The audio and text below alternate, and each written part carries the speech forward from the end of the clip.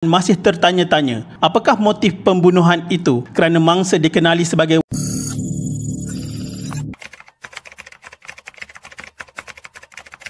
Dr. Joseph Fernandez atau lebih dikenali sebagai Dr. Fernandez merupakan ahli Dewan Undangan Negeri Kedah bagi kawasan Lunas. Beliau mempunyai banyak rangkaian klinik Joe di sekitar negeri Kedah dan Pulau Pinang. Isterinya Dr. Rosemary Laudes dan beliau mempunyai seorang anak perempuan, Ophelia Ann, yang juga merupakan seorang pelajar perubatan. Dr. Fernandez menyertai MIC pada 1975 dan terpilih menjadi Ketua Pemuda MIC Kedah dari tahun 1979 sehingga 1990. Beliau memenangi pilihan raya bagi dua penggal untuk tahun 1995 dan 1999. Dalam pilihan raya umum 1999, Dr. Joe Fernandez mendapat 9,760 undi, M. Catiravello daripada DAP 5,060 dan Ibrahim Muhammad Rashdi bebas mendapat 2,168 undi. Majoriti undi yang dimenangi oleh beliau ialah 4,700. Lunas merupakan salah satu kerusi DUN di bawah P17 Padang Serai. Majoriti penghuni Lunas ialah orang Melayu tetapi diserahkan kepada MIC atas dasar kerjasama dalam barisan nasional. Selain itu, beliau adalah seorang doktor perubatan klinik swasta yang amat dikenali dan disenangi dalam kalangan penduduk sekitar Kulim. Beliau juga dikatakan tidak mempunyai musuh sama ada dalam arena politik atau pesaing perniagaan yang diceburinya. Jadi, kenapa beliau dibunuh? Setelah lebih bertahun-tahun kes ini berlaku, orang ramai terutama ahli keluarga dan pengundi di kawasan DUN berkenaan masih tertanya-tanya apakah motif pembunuhan itu kerana mangsa dikenali sebagai wakil rakyat yang baik dan amat prihatin dengan masalah penduduk yang diwakilinya. Pada 4 November 2000, kira-kira pukul 1.30 petang, Dr. Fernandez yang dalam perjalanan pulang ke rumah dan terperangkap dalam kesesakan jalan raya di persimpangan Jalan Maju dan Jalan Harapan di Bukit Mertajam telah ditembak. Kejadian berlaku ketika beliau dalam perjalanan untuk makan tengah hari di rumahnya di Taman Bukit Mertajam, di mana hanya 500 meter dari klinik beliau. Dalam kejadian pada petang itu, mangsa yang memandu kereta pacuan 4 roda Nissan Terreno ditembak sekurang-kurangnya 3 kali,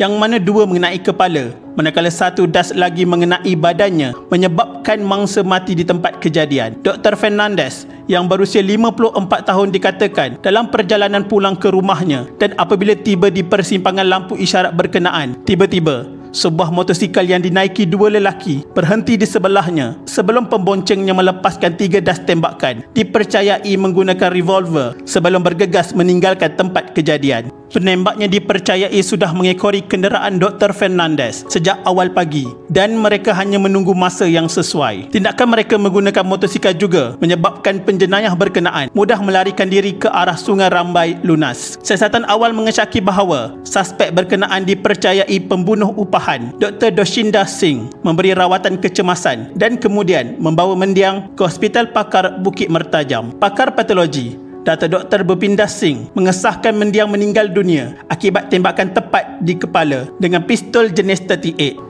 Perdana Menteri ketika itu, Datuk Seri Dr. Mahathir Mohamad, yang diminta mengulas mengenai pembunuhan itu, menyifatkan kes berkenaan sesuatu yang luar biasa kerana kejadian menembak wakil rakyat bukanlah satu amalan atau pernah berlaku di negara ini. Selepas 10 hari kes pembunuhan itu, pihak polis menahan 2 lelaki berusia 27 tahun dan 35 tahun di Pengkalan Hulu Perak bagi membantu siasatan. Bagaimanapun mereka dibebaskan beberapa hari selepas itu kerana polis tidak mempunyai bukti menunjukkan mereka terbabit dalam kejadian itu. Polis juga dilaporkan mencari seorang wanita berketurunan India berusia 30 tahun yang dipercayai dapat membantu siasatan. Wanita itu dipercayai orang terakhir berjumpa dengan Dr. Fernandez sebelum mangsa ditembak mati. Bagaimanapun, usaha mengesan wanita itu dan identitinya masih menemui jalan buntu. Polis juga menghadapi masalah mendapatkan petunjuk apabila tidak ramai saksi di tempat kejadian yang tampil memberikan maklumat berhubung kejadian berkenaan. Presiden MIC Datuk Seri S. Samivelu yang berada di Rom ketika itu kerana menghadiri satu persidangan antarabangsa berkata beliau amat terkejut dengan kejadian pembunuhan ini. Beliau berkata Fernandez merupakan seorang wakil rakyat yang rajin untuk kepentingan orang ramai.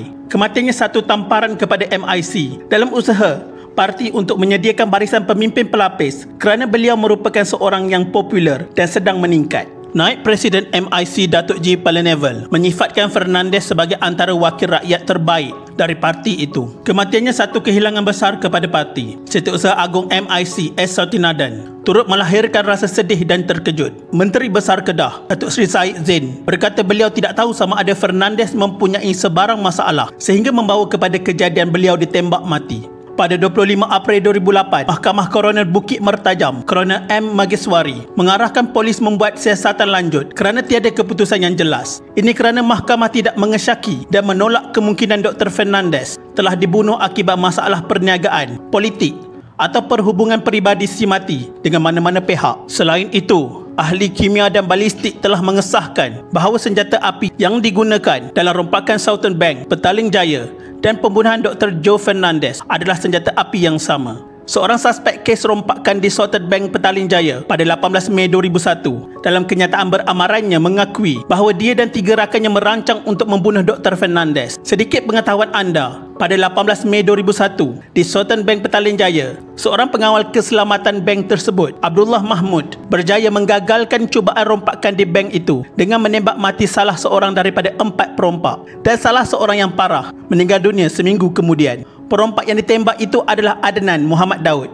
seorang graduan kejuruteraan dari Universiti Texas USA. Rakan keempat yang menunggu di luar bank tersebut berjaya melarikan diri tetapi dapat ditangkap di rumah keluarganya di Termeloh Pahang beberapa hari kemudian. Rupa-rupanya mereka menganggap rompakan itu halal kerana tujuan mereka semata-mata untuk mengumpul dana. 2 minggu selepas kes di Southern Bank itu, pihak polis mengumumkan kumpulan itu mempunyai kaitan dengan sebuah pertubuhan pengganas antarabangsa. Ahli-ahli kumpulan itu yang aktif menjual minyak wangi dari Timur Tengah mengambil kesempatan daripada urusan mengimport haruman tersebut untuk berhubung dengan pertubuhan pengganas antarabangsa. Dan maklumat dari Bukit Aman menunjukkan Adnan merupakan orang yang disyaki turut terlibat dalam pembunuhan ahli Dewan Undangan Negeri Kawasan Lunas, Dr. Joe Fernandes. Pada 26 April 2008, Ketua Polis Negara Tan Sri Musa Hassan menyatakan kes pembunuhan Dr. Joe Fernandes telah ditutup, melainkan jika ada saksi dan petunjuk baru. Sepucuk pistol telah pun ditemui dan ujian balistik membuktikan bahawa senjata itu digunakan untuk membunuh Dr. Fernandes, tetapi ia hanyalah merupakan keterangan forensik sahaja.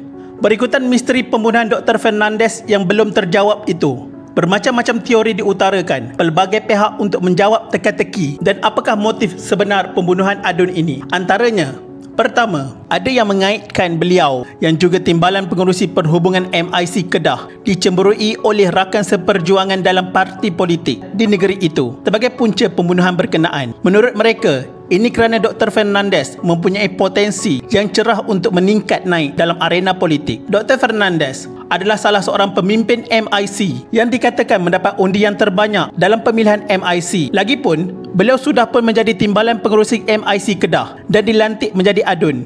Dengan karismanya yang cukup disegani, tidak kira India, Cina maupun Melayu, maka jalan beliau terbentang luas di hadapan. Bagaimanapun teori ini kurang popular dan beliau dilihat tidak mengancam sesiapa dalam politik MIC Kedah. Teori yang kedua, ada yang mengatakan persaingan dalam perniagaan menjadi motif pembunuhan. Orang yang iri hati dengan mendiang membayar pembunuhan upahan bagi melumpuhkan empayar perniagaannya. Teori itu mungkin ada kebenarannya kerana mendiang mempunyai rangkaian klinik Joe yang banyak di merata tempat seperti Kedah dan Pulau Pinang. Teori yang ketiga, beliau menjadi mangsa rompakan. Bagaimanapun teori itu tidak boleh diterima kerana tiada barangan berharga miliknya dilarikan oleh pembunuh berkenaan. Pembunuh memang menyasarkan pistol dan menembak bagi tujuan membunuh beliau secara langsung ketika beliau berada di dalam kesesakan jalan raya.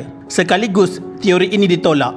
Teori yang keempat, penglibatan kumpulan Mujahidin Malaysia KMM yang disyaki membunuh beliau. Teori pembabitan KMM dalam pembunuhan ini dianggap sebagai kabur. Dr. Mahathir ketika ditanya berkenaan pembabitan KMM di dalam kes ini menyatakan memang KMM ada rancangan untuk membunuh beberapa orang tertentu, tetapi kebanyakan daripada anggota kumpulan itu sudah pun ditahan di bawah ISA. Teori yang kelima, masalah hubungan peribadi. Dr. Fernandes dihebohkan orang mempunyai hubungan intim dengan seorang doktor perempuan berketurunan Melayu. Hubungan mereka sudah terjalin lebih 2 tahun yang menjadi tanda tanya. Kalau disebabkan hal ini pembunuhan berlaku, kenapa sekarang baru nak bunuh? Kenapa tidak dahulu? Lagipun dikatakan doktor Melayu itu seorang janda. Siapa pula yang cemburu? Okey, kita beralih ke teori yang keenam dan terakhir. Isu kumpulan gangster. Penduduk tempatan berbangsa Cina di sekitar Kedah dan Pulau Pinang, mereka berpendapat pembunuhan itu sebab kongsi gelap ataupun pergaduhan antara kumpulan gangster. Mereka bercerita bahawa Dr. Fernandez mungkin terlibat dengan kumpulan gangster dan berlaku pergaduhan dengan kumpulan yang lain dan menyebabkan beliau menjadi target utama untuk ditembak, termasuk dengan perniagaan yang berhubung kait dengan kontrak bas dan van di sekitar kawasan industri Kulim yang dimonopoli oleh kaum India. Dikatakan melalui Dr. Fernandez menjadi proksinya. Jikapun benar Dr. Fernandez terlibat dengan kumpulan sebegini, susah untuk dibuktikan. Jadi bagi anda, teori yang mana satu anda rasa paling kuat untuk dikaitkan dengan kes ini? Atau anda ada teori lain yang kami semua tidak tahu? Sekian. Terima kasih.